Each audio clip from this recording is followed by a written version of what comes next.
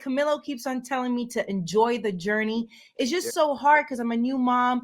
I've been so self-consumed with, our career, and yeah, we kind of only had to take care of ourselves for the most part. So this is the one time in my life where I've had to care for a different yeah.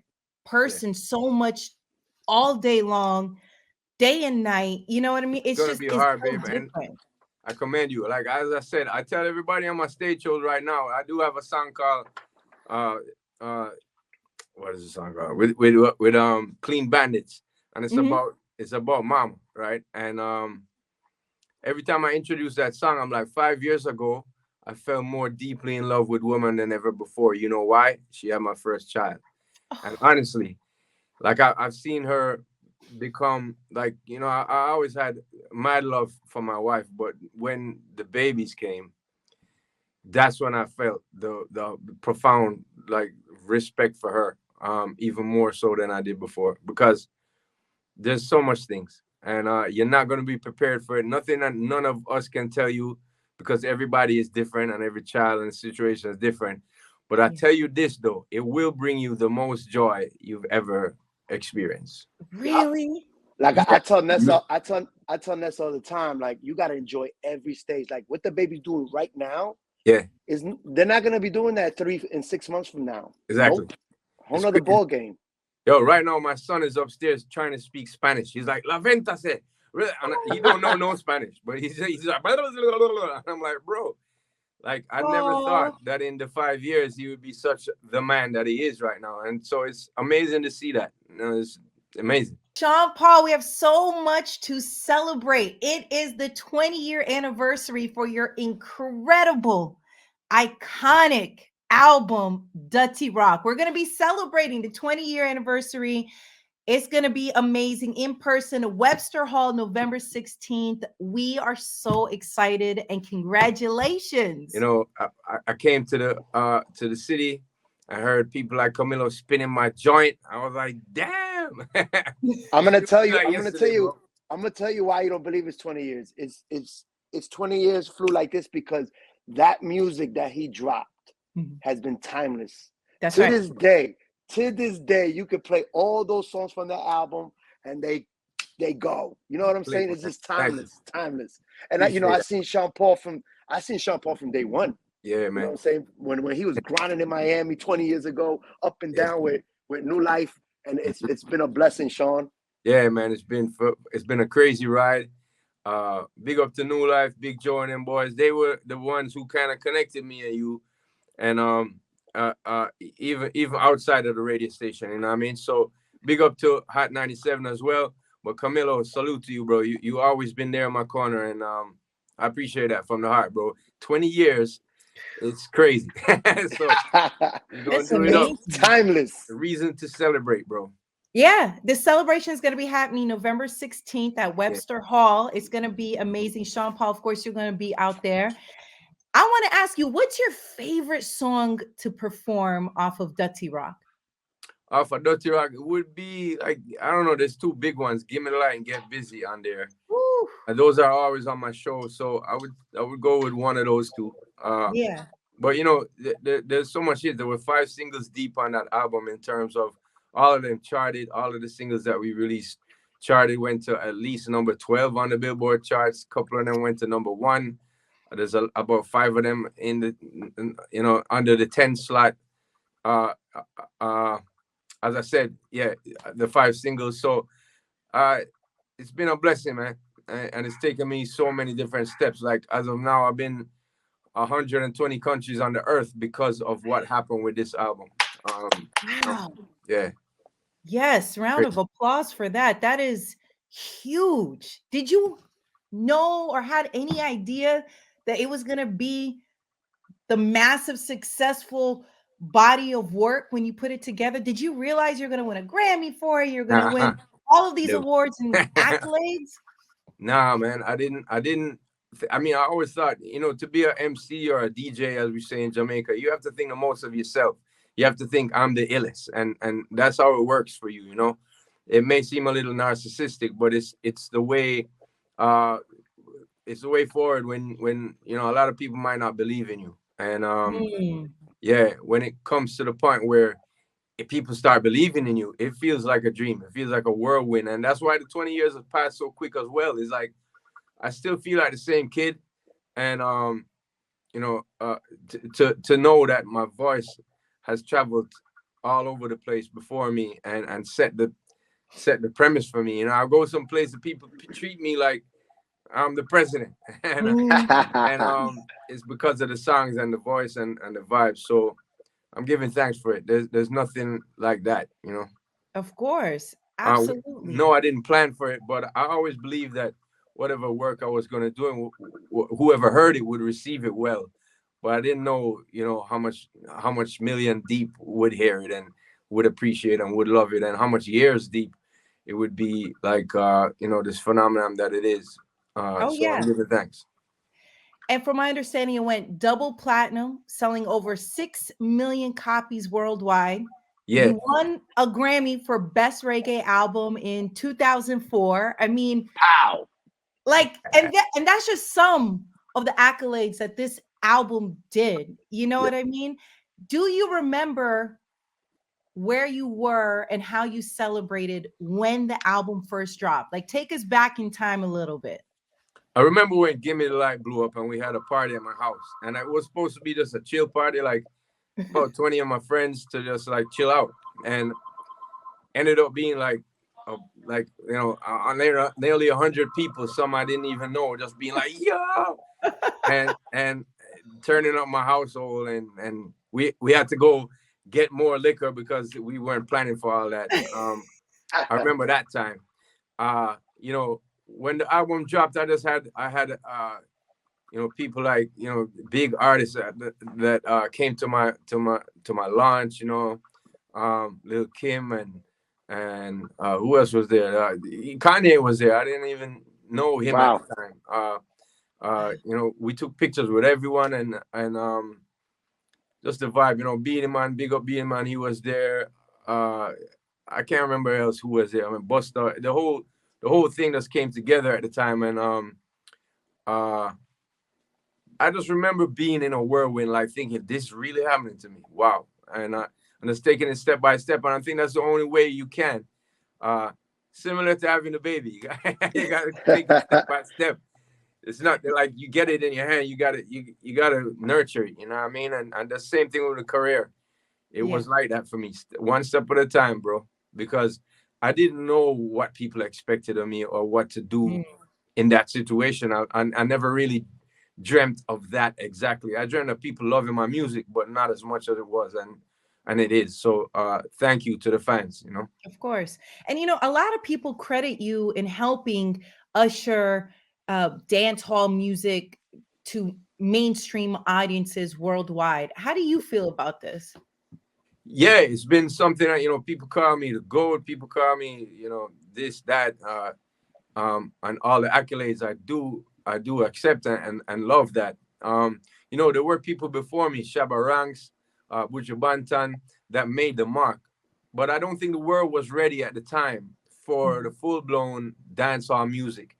And I was just someone who was in Kingston who loved real dancehall music, and I didn't want to go on any other track. I wanted to be you know, a dancehall artist, and so when everyone would come with different types of rhythms, I kind of would shy away from it. And what I put on the album was authentic, real dancehall rhythms that really broke, you know. So I think at the time when I was ready, the world Mhm. was also ready to accept more of this type of music. So I do owe it to these people, you know, Shabba Rank, Super Cat, Buja Banton, people like you know, Papa San is a name that was a big one to me back in the you know, early 80s to early 90s. Mhm. Those people influenced me, and so I always felt a sense of responsibility now that it's my turn to keep on pushing dancehall and reggae music as much as possible. So you know, I feel very important, like it's an important job. It's no pressure, it's just a sense of responsibility to say, yo, Mhm. big up to the people at home, to Jamaica, for, you know, all of our culture that come together in something that has been such an international phenomenon. We help to we helped to start music such as reggaeton. You know, all of the people in reggaeton always look to me when they see me and say, yo, bro, salute, man, what you did and the works that you did helped me to see the light, to walk, you know, give me the light, walk on that path. Also, Afrobeat sounding right now, how it is sounding, is a lot more dancehall oriented than it's ever been before. And so, you know, Trinidad music also being, you know, their music is changing up with people like Bunji Garlin, and the songs that they're producing now is sounding a lot like what dancehall has been through over the years. And so I'm proud to be someone that's up there, that's been waving a flag for Jamaica. Even if people want to forget that, I'm still waving the flag. I'm still saying that this music was huge to me back in the 80s when I was a kid, and I believed in it and I came straight through. And you know, that the world is now believing in me and in the music itself and everyone else that's been doing it. You know, I'm appreciative. Thank you very much for the accolades, and yeah, to all the fans, for real. How do you feel when you do hear the influence, reggae influence, dancehall influence with pop artists such as Ed Sheeran? Do Yeah, you have a love it. moment where you just sit back, and other pop artists where you just sit back and you're just like, wow, look how far everything has come? Yeah, I mean, I think it would be a similar feeling when KRS-One or people like that from the Bronx sit back and be like, wow, there's people in London or Paris making hip hop. You know what I mean? Or we spawn our own thing, like in grime in London now. Like, it definitely comes from hip hop and you know, and dancehall mixture type of vibe. Um, you know, that's an amazing feeling. It's bigger than you, and for you to be one of the pioneers or people that help it to become that way, it's an amazing feeling. It's like I keep going back to, it's like seeing your child grow up, like seeing my Mm. kid tie his own shoelace right now. I'm like, wow, it's the same feeling to see you know, a gentleman who's a artist in Germany making dancehall music and speaking in patois.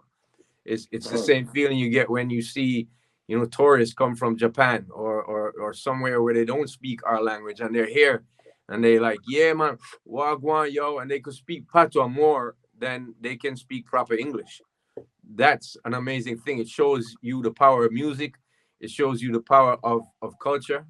And yeah, I'm a proud what can I say? A proud dad when it comes down to the music part. Camilo, you're always in the clubs. Let's go back in time. Dutty Rock. What was the one song that you played off of it that had the clubs going? I mean, of course, not one song, but you remember it changed really the landscape when you played it in the club. Right. You know, I was a dancehall guy since back in the 90s. All the names that Sean mentioned, the Shabba Ranks, the Red Rats, the Mr. Yeah. Vegases. But when Sean Paul came, man, it just set a different tone. It changed the game. It really did. It changed the game. Um, and like I said, his music is timeless now. It's like 20 years later just passed, man. And to this day, like the young youth, I can still rock those songs and they dance to it, they love it, they know it. You know, it was amazing the project that Sean Paul put together. Thank you, bro. I remember getting into the airport, out of the airport at JFK, and dude was coming to pick me up, and I'm hearing, and I get in the car, and they're like, yo, and then I'm hearing you dropping the bombs, and they're like, yo, that's DJ Camilo playing you right. I'm like, Yeah, damn. Thank you, bro. crazy. I And then appreciate you for believing in me and hearing the greatness in the music, and you're one of the key players who like was just, you know, like a mix show DJ at the time, just being like, yo, showing honest love to Mhm. the project. So you appreciate know that, bro. what I also loved about Sean, he's always been a worker. Like he used to come in New York and record these dub plates for us and just, like personalize a song for Yeah. Camilo. You know what I'm saying? I used to, oh man, like, that takes time. You got to Right. jump in the studio and he, he got it to New York. He got his grind on, and he fed the streets what we needed. Appreciate that, bro. What motivated you to keep going when people did not believe in you? Oh yeah, as I said, the self-belief, you know what I mean? You know you sound good. You sound as good as, you know, what you learned from these great artists before you. You're like, yo, I know I'm on that level. So one day someone's gonna pop off. So I didn't really pay attention to them. God bless Steely and Clevie. They're a production group, and Steely passed away now. But he told me a story in the beginning, like, yo, people gonna cheer you and they're gonna give you a ladder to climb, and they never told you to grease the middle of the ladder. And when you reach that point and you start slipping, they start to jeer you. So get some thick skin on right now, man. Be prepared for it if you want to go long distance in the game. And beauty's in the eye of the beholder. So there's some people that you just gonna have to continue to prove it to them, and make them believe. One day they will see the beauty in what you do, and that's how I kept. That's the mantra I kept with myself all this time. It couldn't be something wrong that I was doing when I was hearing it and feeling like this is on par with what I'm thinking is greatness. And so yeah, I just trusted myself. To every young artist out there, people that don't believe in you, they shouldn't matter. They should actually give you more fire to want to prove to them that you could go the distance. I know this is going to be really hard, but off of Dutty Rock, what's your favorite song? What's your baby? It is going to be hard. I know. I think we Get Busy, it being the number one song that I wrote all by myself, that it was at first considered kind of such a different type of song, in terms of the structure was weird with it. I got two little keys, get it on till early morning, girl, it's all good.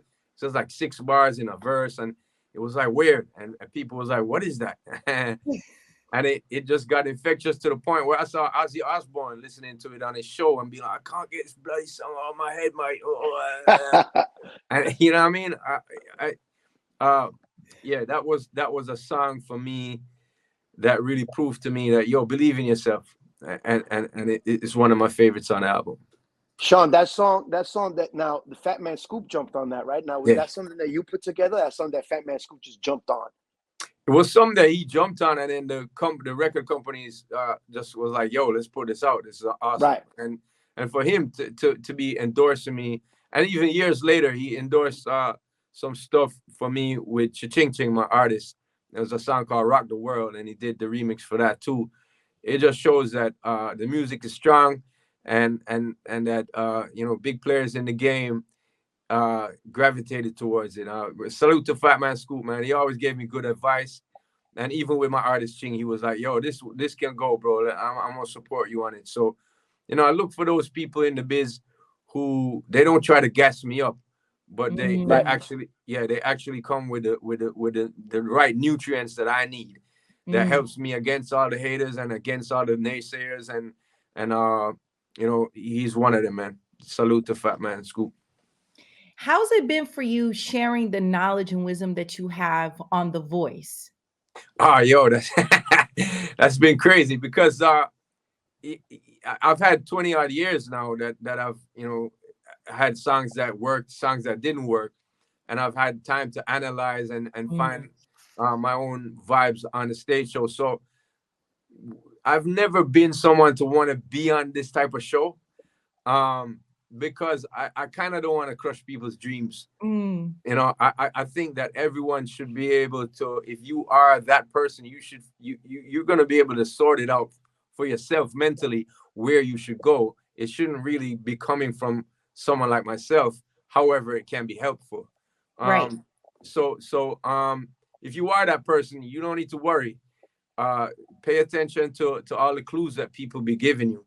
But when it comes to me being on the show, I was a bit nervous at first, and I was like, Gwen, yo, you gotta help me out, because I'm not sure if I'm gonna, say something that's gonna actually put these people put them on the wrong direction, or kind of dampen their light that they're trying to spread into the world.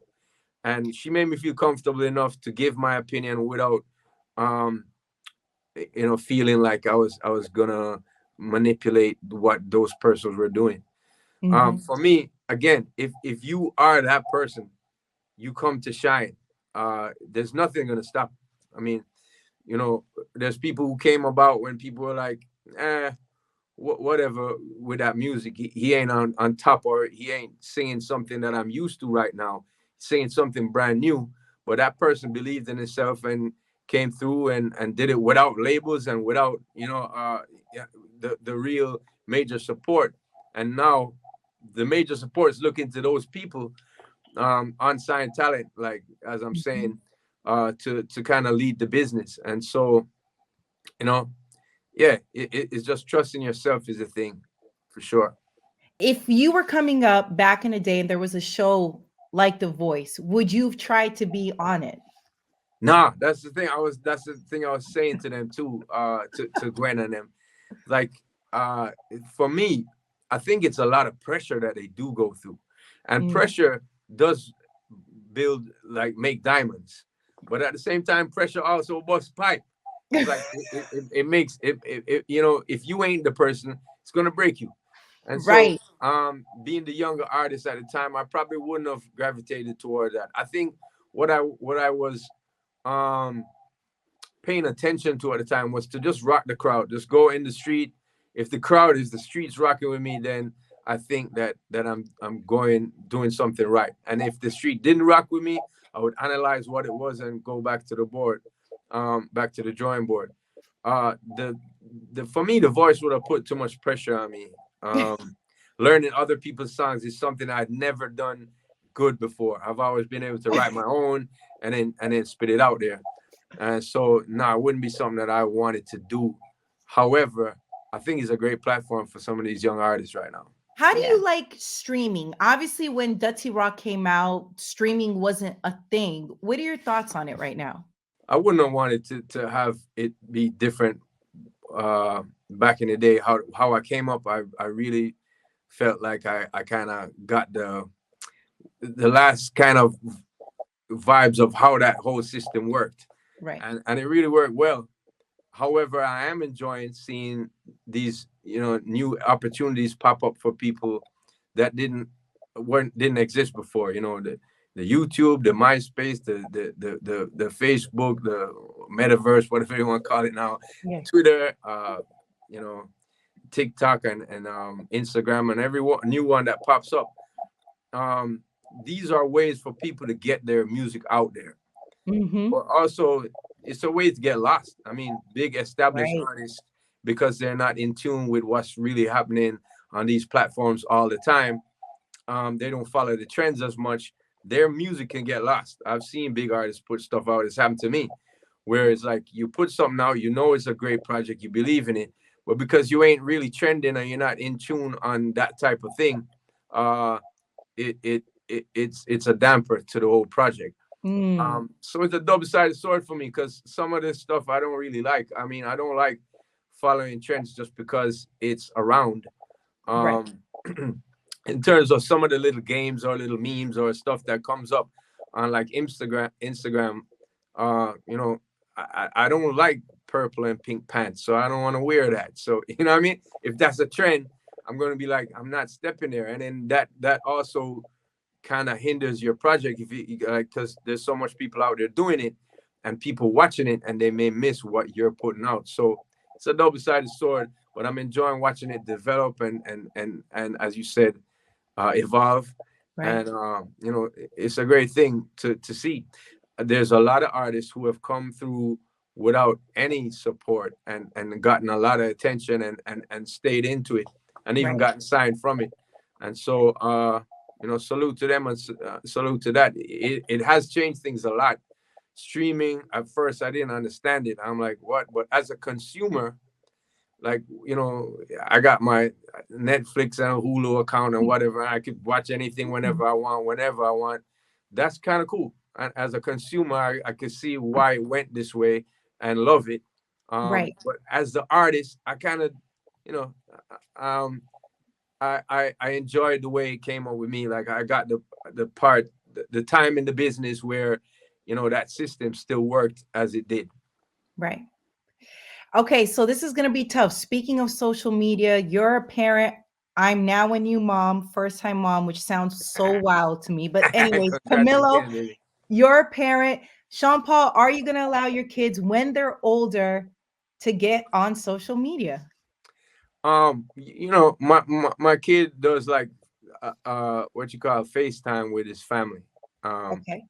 and every now and then he's interested in calling his cousin or even me. Dad, I'm downstairs. I'm like, yo, bro, you could just say yo.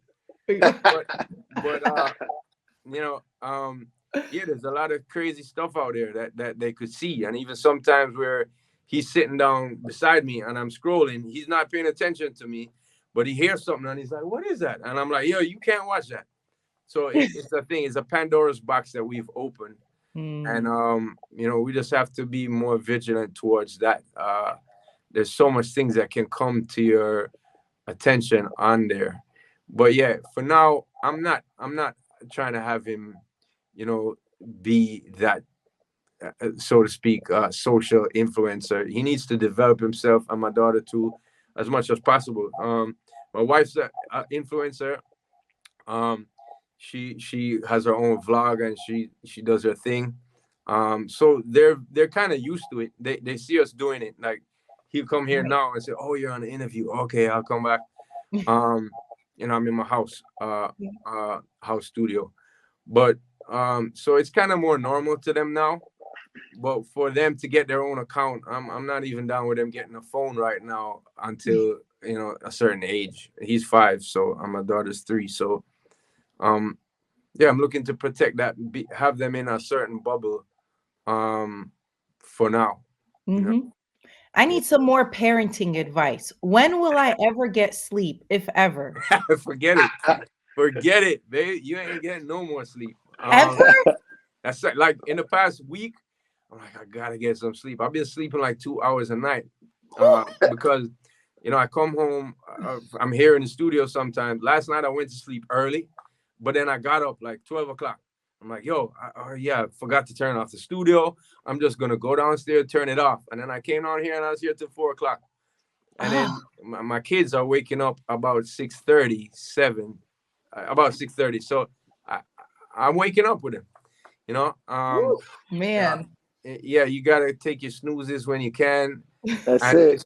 this is when the reality is gonna set in, and you're gonna like, what's more important? You know what I mean? It's important for me to instill the greatness that I've gotten from my parents into my kids. Um, Oh, you know, and so that sense of responsibility is gonna take over if you're a good parent. You're not gonna do certain things to jeopardize their greatness. It's all about them from here on. I mean, yeah, it's about me and Dutty Rock 20 years and Sean Paul and all of that. But there's a lot of things that take premise over certain things in my career right now, to do with my kids and my family for sure. and you know what? It makes sense. I mean, you've had such a, journey, successful journey in the music industry. So it makes sense that now you prioritize your family. I Yeah. mean, you've done it all. You've traveled the world. You've Yeah, for sure. won so many awards, like For what sure. truly what is left in that space, and now you get to pass everything down to your kids. Do they know what you do for a living? Like, do they know how we know you as Sean Paul? My daughter, it was funny. My kid, we were just in Miami a couple of days ago, and they didn't they missed the flights. Our bags got left, so they had no clothes, and it was like, Dad, I had my clothes though. Dad, I don't got no pajamas, yo. And so I was like, here, wear my big shirt. And I got a Dutty shirt. So I was like, hey, Dutty. And they were like, ah. My son puts it on. He goes, look, I'm like Moses or Jesus. And, Oh, and then because he's in a big cloak, right? And then my daughter puts on her shirt, my shirt, and she goes, I'm Sean Paul. That made me laugh my head off, man. I was like, yo. And so they do know to a certain extent. My son is definitely entertainment oriented. Even though I don't want to push him in that direction, he could do whatever he wants. But he's singing songs, he makes them up. When he sees the drums right here, he goes on them. He's been amazing that way. So far, my daughter's been more of the dancer. When she hears the oh. music, she like, yeah. But but yeah, definitely looking forward to seeing how they both develop in that direction. Art for me has broadened my life, my horizons in life, and help people around me to grow as well, and provide it for all of us. And so it's been an amazing thing. And back in the day, where my mom was concerned, her father was a doctor and she was an artist. She paints. And you know, everyone kind of looked down on her, like, why are you doing that? You never make any money. And it wasn't about money for her. It was about the beauty of being a creator. And I got that so much of that from her. And you know, I just wish for every artist that they're able to balance that, because in this lifestyle, in this modern day society, you need to be able to make money. So that can stifle your art, or it can stifle you being the artist at some points. So I pray for you all, man. It's sometimes a hard balance to get right, but it does happen. Yeah, dreams do come true that way. I love that. And Camilo, we are going to see Sean Paul celebrating the 20-year anniversary for Dutty Rock. What do you want to see, Camilo? Not to put pressure on Sean Paul, but what do you want to see? I want to see a movie all over again. You know, that's it. You know what I'm saying? The Sean Paul movie. I got you, bro. You know that. Yeah, it's been a lot of years of practice, so I got a great stage show put together for everyone. You know, we bring my band. I know that a lot of times I've been to, you know, shows in New York City that people was like, yo, we don't want to see you with no band, and we just want to see you. But I got my dancers and a band put together. The last time I was in Brooklyn was just in May. We had a great show. It was amazing vibe. We had 2 nights in one venue, and it was a stage show, a band stage show, and the people loved it. And it was a lot of young people too, which surprised me. So I'm put together a better show than that, and you know, we're gonna blaze it. We're gonna blaze it for sure. I thought you was gonna say you want to see Ponytail. I'm gonna see if she could come through. You know, she used to tour with us back in the day. She's a girl that does the crazy dance in the Give Me the Light video. But she had to stop touring with us for personal reasons. I'm gonna reach out and see what's up with her. What a blessing, though. You know, hearing you say that you can sell out 2 nights at a venue and just continue on this path. Congratulations, Sean Paul. You know, it's hard in this industry to have the longevity that you have.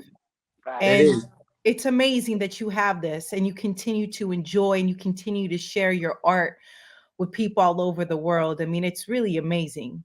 I've been thankful and you know, what another part of my responsibility I feel is to help the younger generation of Jamaican artists who I can, to just give advice or to help guide their career in certain aspects of production or whatever. It's been something that I feel that is the only thing left for me to do. And so, you know, big up to Ching Ching. He's one of the first artists that signed to the label, Dutty Rock, which is my label. You know, we're working closely with Busy Signal and people like Charlie Blacks. And, you know, we have a lot of productions that we're putting out now. So that's the next step in the game for me to be a prominent producer as well as being the artist. This is so exciting. Can't wait to see you do your thing. Webster Hall, November 16th. It is going to be a celebration. The 20-year anniversary for Dutty Rock. Sean Paul, you're going to be out there. I know there's going to be lots of amazing surprises set to celebrate, you know, this incredible milestone in your life. And I know you and Ebro were talking about a dance contest. Is this still happening? Yeah, he said he's down, you know. But you know, I was pulling jokes on him. Because I know Ebro, he's like one of the lean back dudes, you know. Right. Well, I'm gonna try to get him to do certain moves, you know what I mean? I think the people want to see that. People want to see old man move the feet. Yes. But yeah, we just gonna have fun out there. You know, big up to the entire New York, the tri-state. I know it's gonna be a full venue. People from all over. So I salute to everyone that's gonna come out and celebrate with me. It's 20 years. It's like my baby's graduating right now, man. It's a beautiful thing. Yeah, man. Well, thank you so much for taking the time to talk to us. I know when you're back in town, you'll come in person, and we can't wait to have an even deeper conversation and just talk about your journey, because it is absolutely inspiring, and we appreciate you always, Sean Paul. You deserve all the flowers. You know, I feel like sometimes humans don't give the flowers to people, you know, while they're here to enjoy it. So I hope you know that we appreciate you. I smell the bouquet. Thank you so much. I appreciate y'all. And, Thank you. Yeah, I hope you get some rest, Ness. Oh my gosh. Me too.